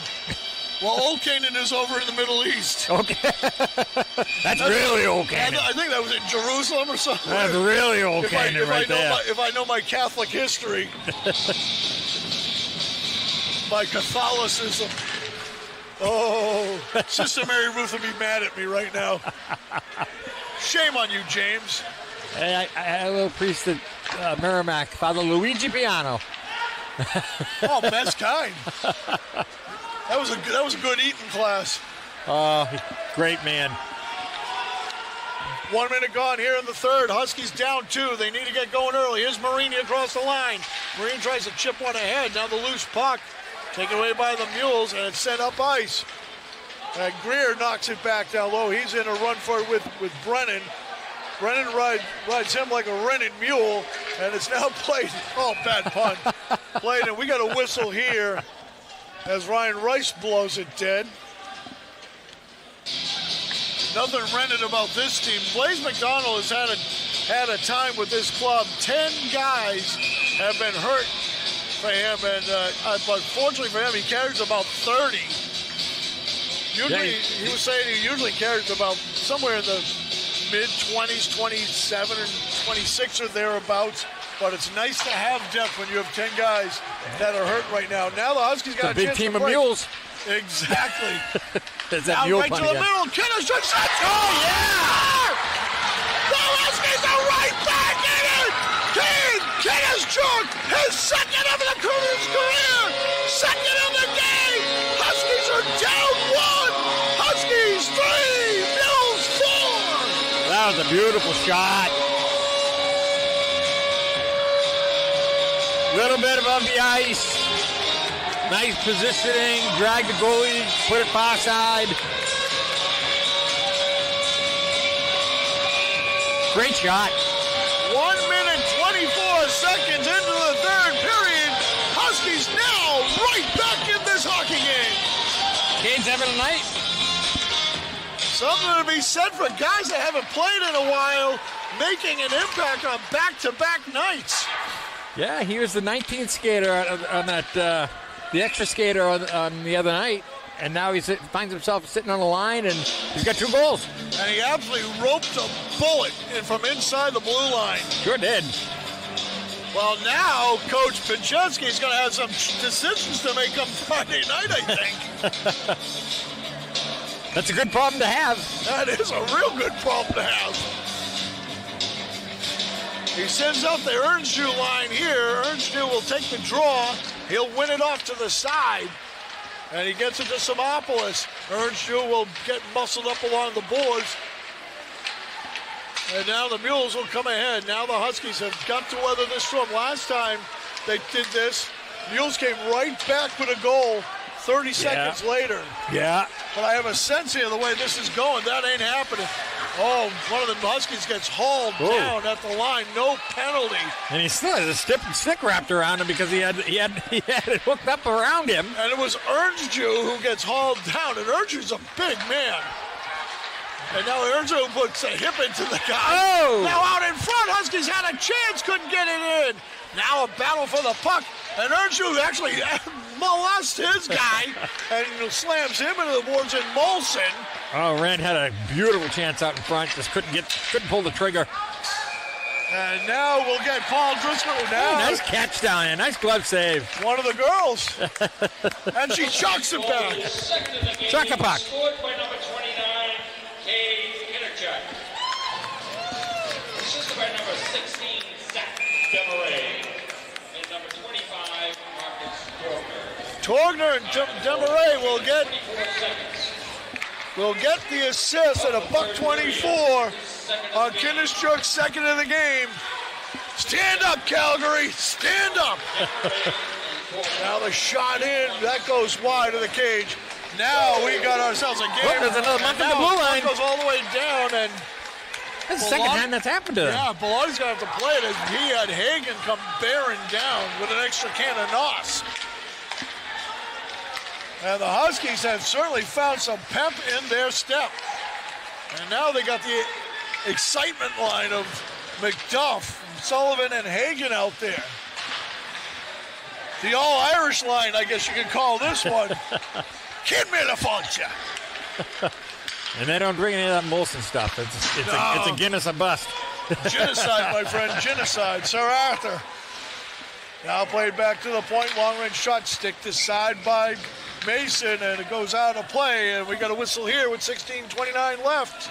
Nice start. Nice pace. They jump back on top of things. Should have had a penalty down here in that corner. I'm not quite sure how they didn't call that being hauled down. I mean, I've heard of riding the mule, but I never heard of the mule riding somebody else. Mules win the draw back. Bez now throws it down behind. On it is Nick Nault, lifts it up, and it stays in. Now the Huskies get it, and they start back to the near side. Coming up is 28. That's Montanez. It goes down behind. Coach very high on this kid, the rookie out of Weymouth, says Weymouth, Mass, Canada. Well, if Massachusetts is in Canada, I don't know. I hope Weymouth, Mass isn't in Canada, because I lived there for the first 10 years of my life, and I may not be a U.S. citizen. Down here, down next to Quincy, that's up and out of play. And a couple of guys hung up behind the play here. Oh, a little shove there. Is that Nault again? Very well could be. No, it's not. It's Cole Brennan. Cole's pushing everybody. You just push the ref. Get out of my way. I'm from Lewiston. Leave me alone. Leave me alone. He was not happy with something in the corner there, and he let it be known. He's not going to keep him out there. Danny Caputo is going to come in and take the draw. He gets thrown out. Marini's going to come in. And it's won by the Mules back to the point. Cycling across. Shot to, a nice glove save. Scooping it up is Palmer as he gloves that off the ice with the rich Savannah leather. Nice save. Again, coming through a bit of a screen. Still traffic out in front. He's able to see it and pick it off. Not a Husky on the bench, and the Mules are all sitting down. Yeah. It wasn't long ago it was the other way around. The Huskies would be on the back end. Oh, you would think they were killing the Mules the way you see that bench, the way the two benches are looking right now. Yeah, for a team that's up by a goal, they look like a team that's down by 2. Yeah. Only one standing are the two backup goaltenders. Now the Huskies will play it back at center ice. 5 minutes gone here in the third. Here's Letourneau coming across. He fires off the tip of the glove of Bellotti. Now Torgner with it. This line has been damaged tonight for the Huskies and responsible for 2 of the goals. In the feet. Yeah, I That's so frustrating. So frustrating when that happens. Molson, sounds like come from experience. What was that, yesterday morning? Yeah, it could be any one of those days where they're all yelling, feet, feet, feet. You're looking down, you can't find the puck. And you're going, yeah, I got 2. Where's the puck? Exactly. Here's the shot. That goes wide of the cage on the shot by Molson. Palmer got sprawled around. Now the puck over to the far side, and here comes Sullivan. And here come the Huskies, 3-on-2 the other way. Coming down the shot, and Sullivan shot up to the side of the cage. Loose rebound, taken at the point. Dropping it back, and it's going to come outside the zone. Oh, Huskies had a glorious opportunity there. Sure did. With the they're big skating boys right out. now. They're skating. They are. There's no moss under their feet. Now a steal. The puck goes above the cage on the shot taken by Will Soloway. Mules leading it by 1, 13:46, 4-3 the Mules. And now we got a whistle here as another second ticks off, 13:45 left to go. Nault doing a good job down low. The captain shoving people around. See somebody stand by the net. Just pushing them out of the way. Bruins in Detroit still tied at 1 at the Garden. Bruins trying to put a string of games together. It'd be nice. And get things turned around down in Boston. Nice. Now Oren drops it in. Stick down by Bellotti. Huskies put the forecheck on. They play it up to the near side. O'Neal. Huskies being very aggressive, trying to take advantage of some of the passiveness of the Mules. No, through the middle. No, bounces it in. And Bellotti has all he can do to handle that one. And now a little more pushing and shoving and exchanging of Christmas greetings. It is the season. Is that a rant again? I believe it is. He was in there shoving away. Well, they're all fighting about where hockey clause is coming to all the good little, not too many good little hockey boys and girls down in that scrum. Well, hey, it's loose. It's bouncing around. You've got to be able to be aggressive and chase it. He didn't have it tied up. It was bouncing around all over the place. And now the forecheck by the Huskies off the draw. 13:05 remaining in regulation. That's how you get a real good dirty one. You know, it's bouncing around in the goalie and you just tap it. And the shot, that goes whistling wide. And now trying to come out is DeMarais. The loose puck fired back in behind the cage. Yes. Letourneau gets onto it there in stride. Letourneau with speed. Gains 2 lines, dumps it in left wing side. Good move. And he's right on it, right on his own shot. Man, that kid's got some wheels. Great hustle. And now the glove down in the middle of the ice. And now we got a hand pass call coming here. Yeah. And I'm not sure about that. I don't think the Husky made contact with it after the hand. I think it went under his stick. And I think the Mule, one of the Colby kids, made touch first, but it's staying in the zone. Unless they're saying Colby hand passed it. Well, you can hand pass in the defensive zone, so it couldn't be that. Well, here's that line that's been doing all the damage. Caputo comes down to take the draw. Battle in the circle. The Mules will come away with it. And they lead it out with Greer. Careful of that elbow. Now battle down behind the cage. Kinnischuk battles. Now Eilert pokes it. Loose puck still behind the cage. And now the Huskies come away, trying to send out Kinnischuk. Kinnischuk has been the hot hand tonight. Now back across with Greer. Comes in. Loose puck cleared out in front. Oh, good. As he tried to clear it, he got back checked. But the Huskies coming away. Changing behind the play as they push it down low. Eilert peels off. Now they'll finish the line change, and the Mules will skate into center. Coming ahead and bring it up and getting a hit is Mullins. From Cole Brennan. Of course. Chalk up another one. Now the loose puck to the side of the cage. Now behind the net. Off to the side, and McDuff pokes it out of there. Now here come the Huskies the other way with speed. It's 3-on-4. Hagen drops. Sends it across, but nobody there but the Mules. Yeah, defense stayed right at home. That was Tyler Christ back covering and stayed right at home, picked it off. Nault sends it up now for Hagen. Hagen drops it over near side Sullivan. Backhands it. McDuff and Hagen chase after it on both sides of the cage. Ends up past Nault, but ends up on the stick of Cole Brennan, who gets back after it. Gives it to Nault. Smart little dump. Mickey Nault drops off it to no man's land near side. Taken in by Bez now, and he puts it up into the net. That face is going to come outside the zone. Yeah, 2 Huskies collided at the blue line, and that kind of set it to be open over here. Not sure why he went to dump it. He had room to move it in. Besnell, I think, said something to Jamie Rice, and Rice said, "Yeah, I feel your pain, kid." I'll tell you, Ryan Rice sporting a massive playoff beard right now. He has got a good one going. Forget No Shave November. How about No Shave 2024? Now the Huskies coming back across. Oh, and a little toe drag. Oh, what a show! Down to the near side, out and one shot save. Top angle By Bellotti. And you had Now they try again. They can't get it through. right through the middle. Oh, Huskies having some chances there.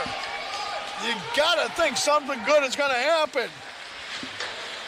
10:24 left, midway through the third period. Huskies 3, Mules 4. Nice drag. The Huskies out. Shot there by Ernstju, trying to get his first. Yeah, if he had slid that across, he had a man going to the net. Now the Huskies really pressuring here. Goes back to the near side, wide open on the half boards. Now they work it up down into the middle of the Bouncing ice. puck. Now a scrum, loose puck, shot and a save by Bellotti. Right there in the middle was Cole Brennan. And Rand and the gentle giant there from Cassenpeg. Yeah. Close enough? Yeah, close enough. That's actually, that was a Rand that was in the middle of that. Yeah, it was a Rand and Cassenpeg, and it basically. And a shot, rebound, taken by the Huskies. 6'4" on 5'11". Advantage 5'11". I don't even have to look to know that was a Husky. It's the flowing locks. Here come the Huskies back. There you go. Shot! Save made by Bellotti and a beautiful feed from Marini. Huskies getting some glorious chances. Oh, boy. Greer fires it in. Damaris will see that in his sleep. Oh, Damare with a chance. 9:50. Nice pass. Marini coming in. Marini fires. Saved by Bellotti again. Bellotti stoning the Huskies here in the Wild minutes. Now long-range shot by Nope. That goes whistling wide. Yes. 9 minutes to go. Turn around into the right wing circle. Damare fires a one-timer. Saved by Bellotti again. Oh, Bellotti has come up huge for the Mules. A lot of pressure. Keeping it in again. And the Huskies really giving it to Colby tonight. Not the first period Huskies, but the second period Huskies showing up here in the third. And they have taken the advantage in shots, 26-22. Absolutely. And this period, 10-5 Huskies. 16-13 in the period overall shots. And the Huskies have been outdrawn 10-4 in the period. Here's Caputo, ready to take the draw. And now we got a timeout, and I believe Blaise McDonald has seen enough. Yeah. I think he needs to give his boys a puff. He sensed a time to change the momentum, so timeout Colby. 8:41 left to go in regulation play. Colby 4, Huskies 3. Going to talk it over and discuss what's been going wrong, which has been quite a bit for them in the past 5-6 minutes. I believe I think Blaise McDonald took this timeout.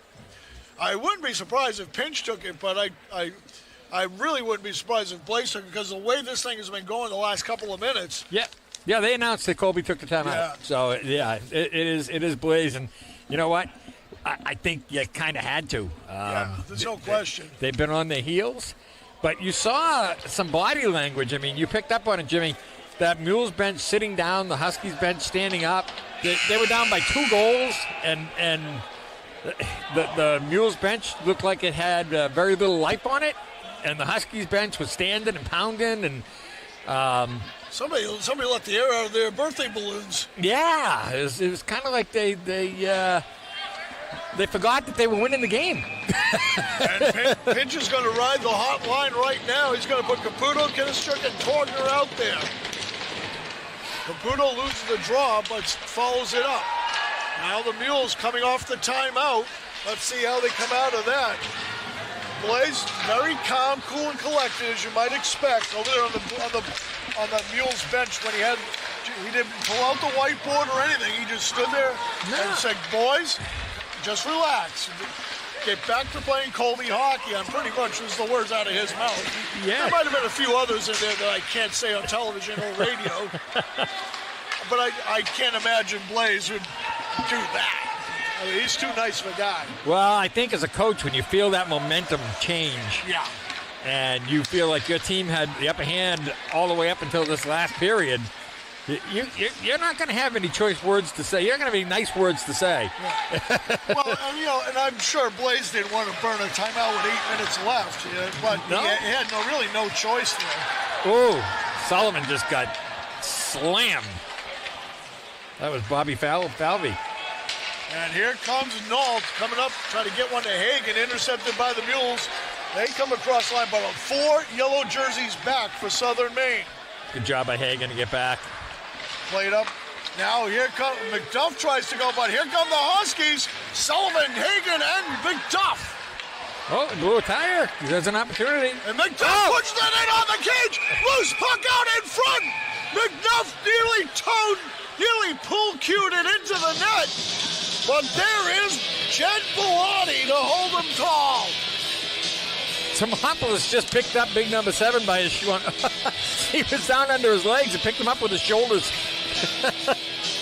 That's some strength right there. There you go. The weight training program paying off. I guess the heck so. Orange Juice, Tomopoulos, and Arend out there now for Southern Maine. That's a 200-pound boy he just picked up off the ice on his shoulders. Orange Juice wins the draw, but the Mules send it up river. And a chance here if they get the pass across. Saved by Palmer. Big break there. They had a 2-on-1. Now the Huskies go, and Arend will lift it in behind the Colby cage. 6:50 left to go in regulation. Mules 4, Huskies 3. Back along the half-boards, played up and broken up by the Huskies. Broken up on the back check by Tomopoulos. Sends it across the side. Tipped into the zone. Huskies peeling off. It comes back in, and now the Mules will firehouse change right here, too. 6.5 remaining in this one. We've got a good one here tonight in Gorham on this midweek before the holiday break. Long-range pass, taken away. Coming in was Marini. Oh, it was Marini. Trying to split the D. And it was partially broken up by the Mules, but it did find its way to 27. Now the Huskies trying to go again, trying to lift one in for Marini again. There you go. And you feel Marini just wants to get on to something and just let something rip. It comes in on Papalardo, comes from behind the cage. Nice Centering pass! Back in towards the cage. They can't get it there. It's blocked. Marini tries to send one back, and he can't get it. Now it bounces out to center ice. On it, there is Letourneau.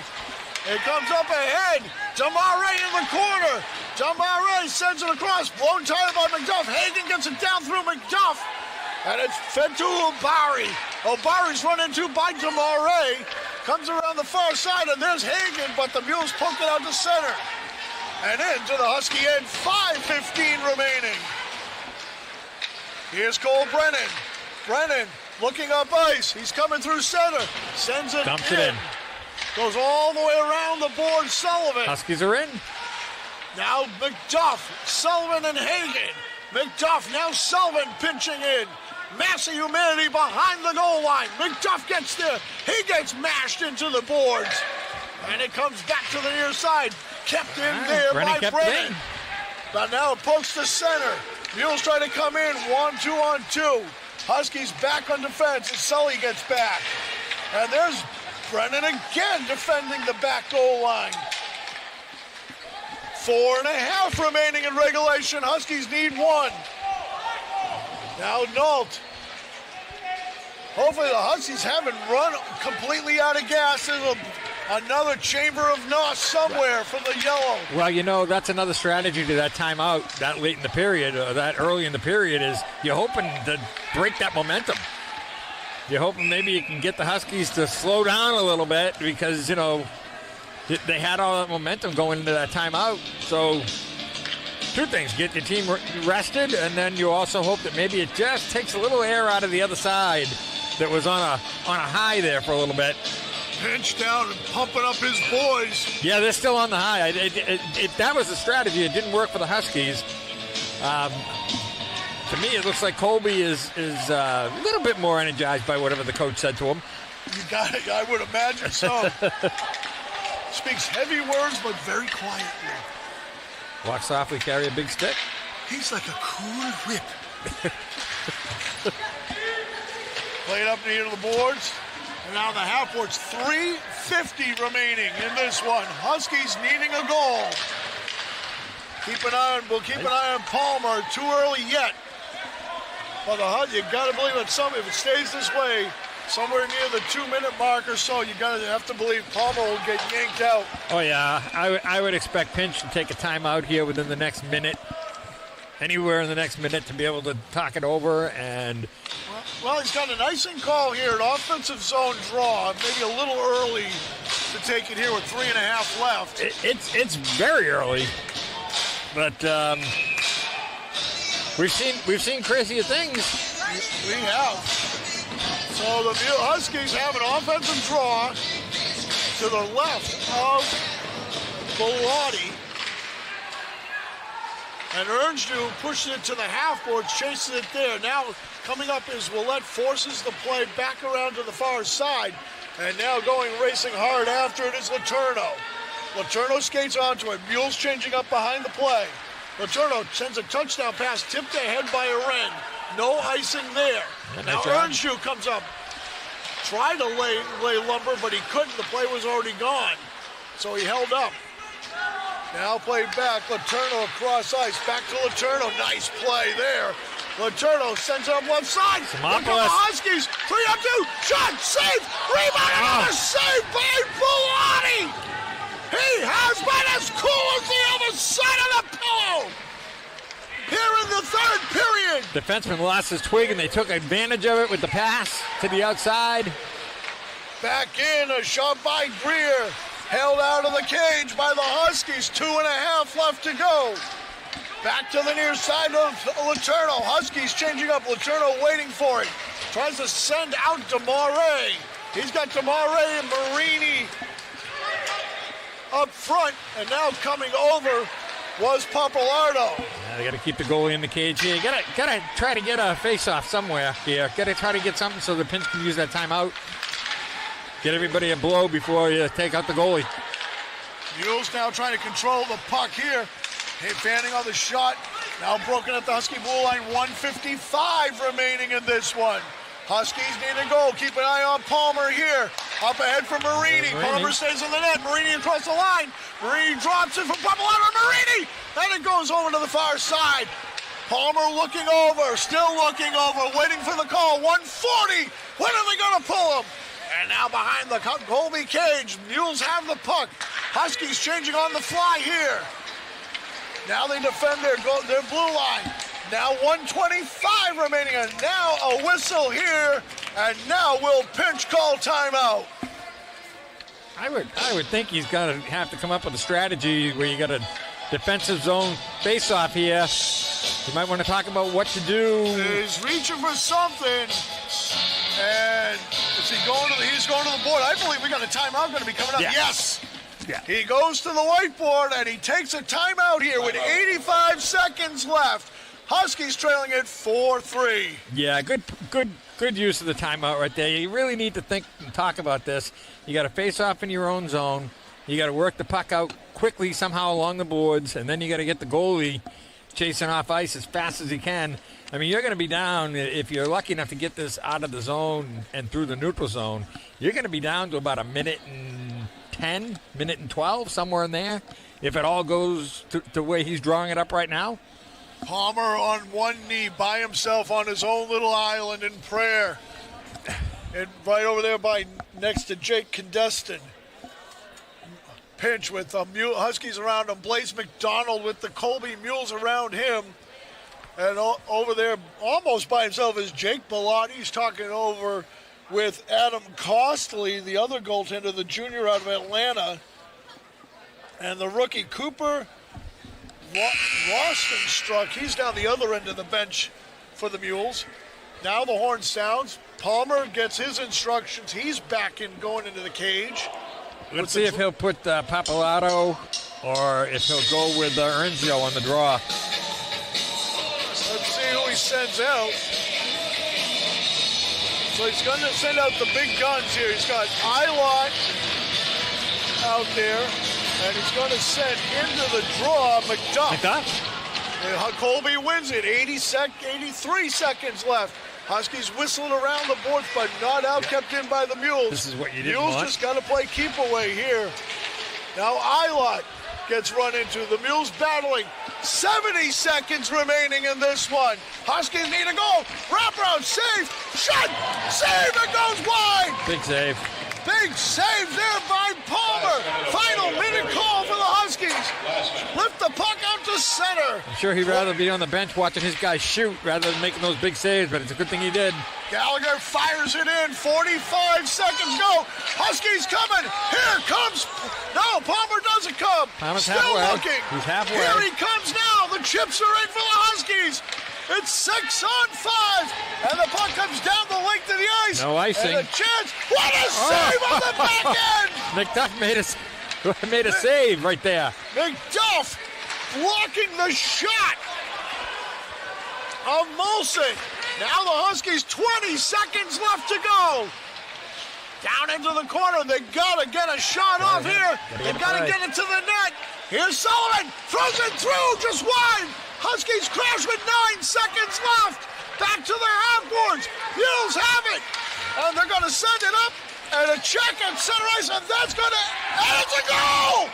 It goes in with 0.6 seconds left. Yeah, he ran over Sullivan, and then he had the open net in front of him. But I'm wondering if they're going to take a look at that, maybe? Not sure what's going on here. But right now, if it stands, it's going to be Stapleton unassisted with an empty net goal. But Burgoyne is over here. They're talking about it. I wonder if they're saying he cross-checked Sullivan before he took the puck. If so, there was only 0.6 seconds left on the clock, and now the clock, they're going to add 1 second to the board. So the goal will count. Yeah, that's what they wanted to do. They just wanted to get the clock right. Well, whether you put 0.6 or a second on the clock, it really doesn't matter. You only got time to drop the puck, and that'll be that. Huskies now with 6. All right, now they're going to get the proper 5 on, and this was to drop the puck. And the ceremonial puck drop goes down, and the Mules escape Gorham with a 5-3 win tonight here. That's a tough one. That's a tough one. They really played a good game, and credit to Colby though. They buried shots when they had to bury shots. They were flat in the third period as far as I was concerned, and I think the coach knew that. So credit to Blaze McDonald for calling that timeout, because that's basically saying, hey, come on, guys. We're ahead in this game. Pull your heads out of your fannies and let's play the way we're supposed to play. And I'm sure that's what he was basically telling those guys, and they responded. They came out and pulled off the victory. And they do get the goal there at the end. And the goal will be, see if we can get it here. They haven't put it up, but it was 24. Stapleton picking it up. There was an assist on it, and but all in all, it just gives them the 5-3 win. And I mean, your heart's got to go out to the Huskies, Tom. The second period, they played much better, but they played lights out in the third period. It just came up, just couldn't got the one by Bellotti, but that was it. It was a shame that they got all that momentum and they couldn't pop one in before that timeout. Had they tied the game, I think it would have been a different story. Then you're not in a situation where you're pulling the goalie, where you got all this other stuff going on. But unfortunately, they couldn't find the tying goal, and you got a final of 5-3. Gavin Simopoulos and Jaden Mullins having a nice moment, and Gavin, I think it's Gavin's dad taking a nice picture of the two of them. But what a game tonight! Not much to be disappointed. I guess the disappointment came in those first 4 minutes where the Huskies came out flat. Mules took advantage of it. Yes. And 2 goals in that first 4 minutes. After that, this game is a totally different game. Yeah, well, you take those 2 goals off the board, and you're looking at a 3-3 game right now. But again, how things play out down the road in a game are all predicated by what happened before that. And they did have that bad start, and I still say that second goal was with a beautiful shot, and I'm not sure many goaltenders would have even had a prayer of getting to it. Up high, under the crossbar, over the shoulder. Beautiful shot, beautiful goal. I was looking to see who actually scored that. I can't remember. I think it was